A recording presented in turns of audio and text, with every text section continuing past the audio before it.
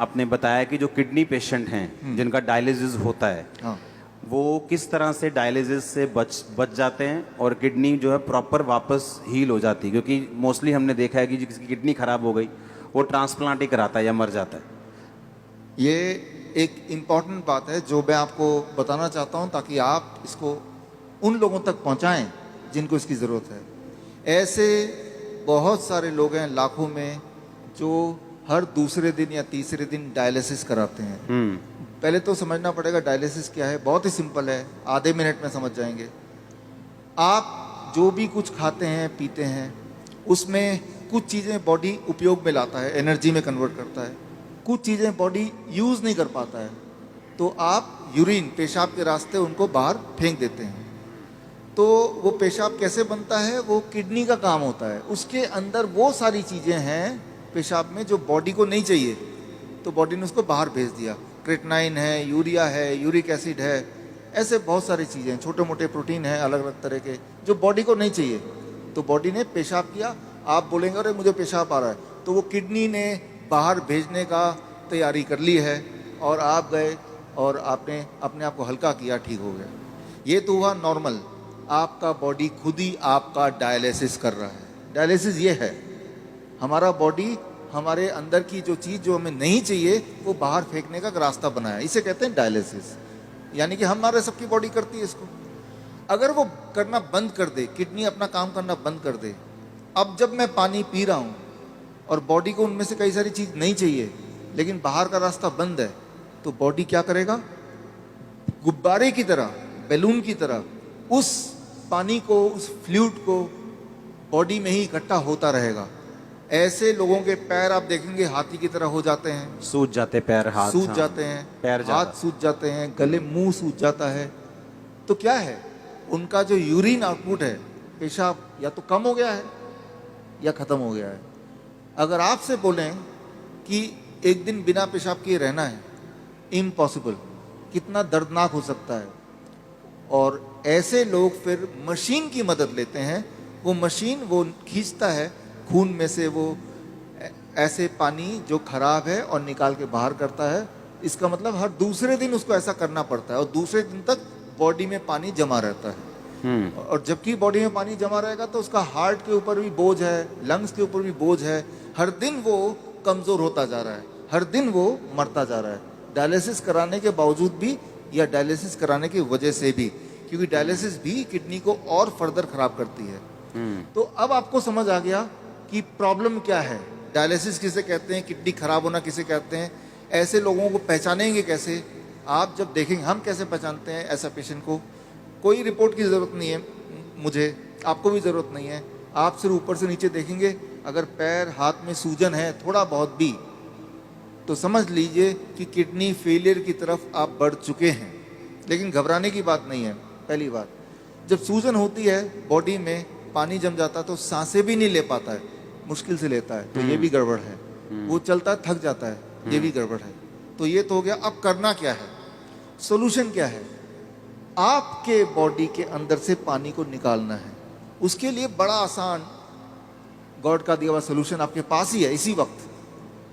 तीसरा kidney, third kidney. Third kidney किसे कहते हैं, आपका स्किन, सबसे बड़ा बॉडी का ऑर्गन। आपके स्किन में देखेंगे छोटे छोटे छेद हैं, है ना। तो ये जो छेद हैं, ये छेद से पसीना निकलता है। आप पसीने का एक बूंद लीजिए, पेशाब का एक बूंद लीजिए, दोनों को लैब में ले जाइए। अब पूछिए कि इसमें क्या है।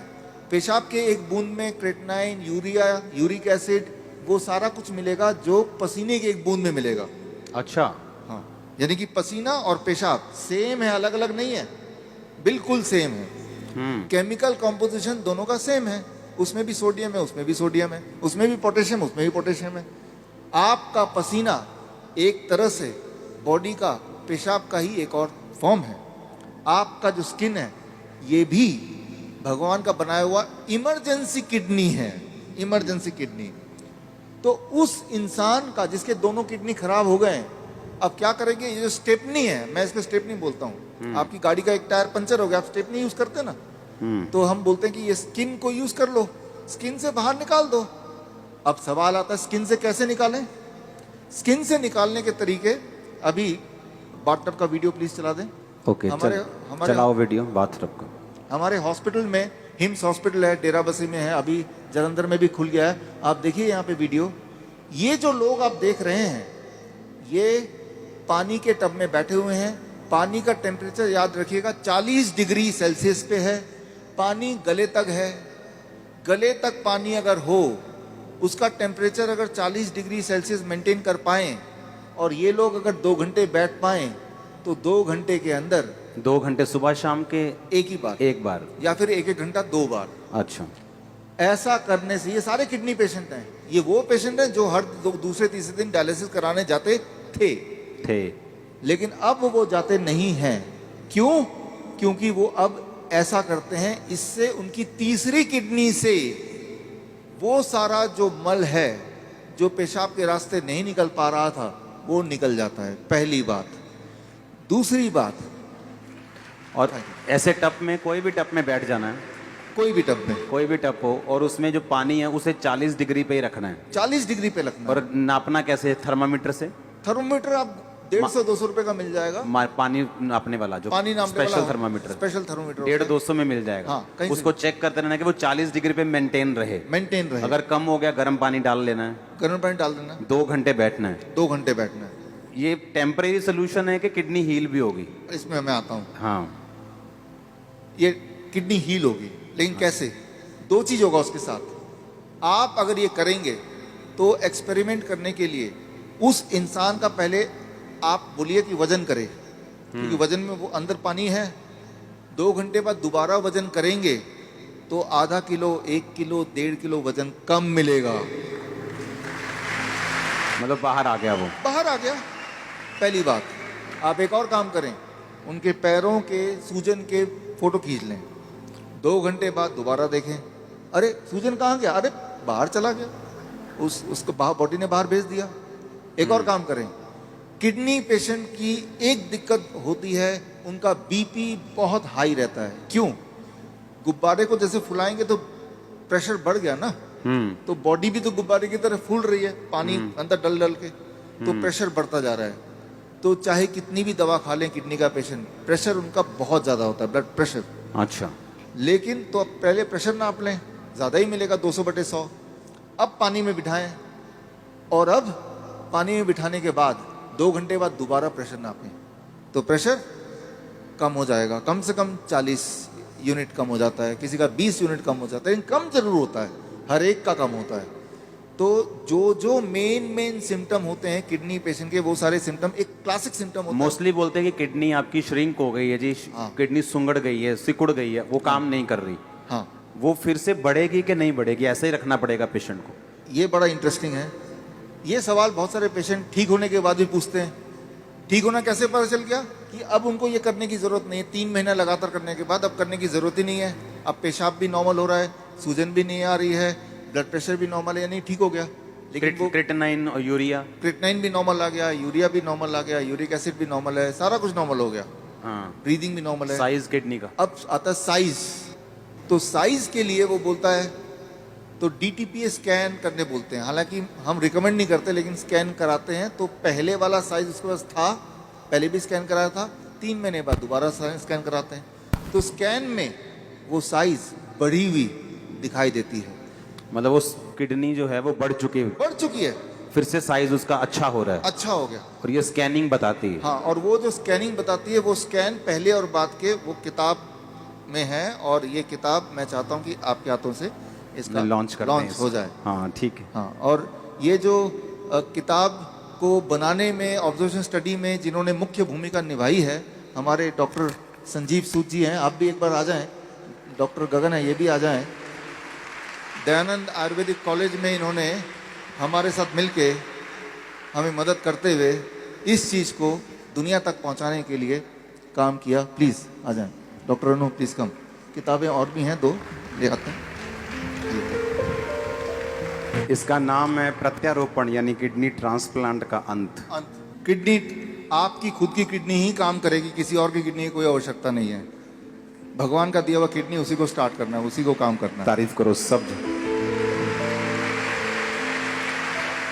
Thank you, thank you, thank you. अच्छा, हमने कितने ऐसे लोग आपके लोग मोहल्ले में ऐसे आपने देखे होंगे जो किडनी ट्रांसप्लांट नहीं करा सकते, डायलिसिस नहीं करा सकते, मर जाते हैं।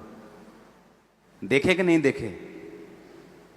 चर्च में हील होते हमने देखे हैं, लेकिन जो बहुत से लोग हैं जो यीशु मसीह को नहीं जानते, हमने हॉस्पिटल्स में देखा है। मेरे फ्रेंड्स हैं जो हॉस्पिटल्स चलाते हैं चैरिटेबल, वो बताते हैं कि किडनी पेशेंट किस तरह से आते हैं और उनके पास मशीन्स नहीं है, उनके पास स्ट्रक्चर नहीं है और लोग ऐसे ही मर रहे हैं। और देखो, जब डाइट का जिक्र होता है तो यकीन नहीं होता कि डाइट से कैसे कोई हील हो सकता है, और ये भी यकीन नहीं हो रहा कि बाथटब में बैठ के या ऐसे ऐसे करके कैसे कोई हील हो सकता। और उसको खाना क्या है किडनी पेशेंट को? सेम DIP डाइट प्लस ये जो मैंने बताया, ये 2 घंटे बैठना है। 2 घंटे बैठना है। कई बार लोग 2 घंटे नहीं बैठ पाते, तो 1 घंटा करके 2 बार बैठ लिया। कई बार 1 घंटा भी नहीं बैठ पाते, चलो 40 मिनट करके 3 बार बैठ गए। 2 घंटे का आपको रूटीन पूरे दिन भर में 2 घंटे बैठते ना, तो यहाँ से जितने पोर्स हैं तब जाके पूरा निकलता है। ये एक रूटीन बनता है। और 3 महीने बाद फिर उसकी किडनी अपने आप काम भी करना शुरू करती है। अपने आप काम करना शुरू करती है, तो फिर ये बंद कर देना है। डाइट चलेगा जिंदगी भर, डाइट चलेगी, हाँ, इसको बंद कर देना है। ये बंद हो जाएगा, ये बंद हो जाएगा और पेशेंट नॉर्मल रहेगा। पेशेंट अब वो पेशेंट ही नहीं है, अब वो पेशेंट नहीं, अब पेशेंट नहीं है, वो आप और हम जैसे हैं। नॉर्मल हो गया वो। हमारे दर्शकों के लिए एक खास मेरा मैसेज, आप इस दोनों चैनल के माध्यम से मेरे वीडियोस आप देख रहे होंगे, नए नए जो टेक्निक्स हैं वो आप सीख रहे होंगे। एक चीज़ करना भूल जाते होंगे कि वो ये है कि सब्सक्राइब करना। सब्सक्राइब कीजिए ताकि जो मेरे नए टेक्निक्स हैं, नए वीडियोस हैं, वो राइट टाइम पे आप तक पहुँचे, सबसे पहले पहुँचे।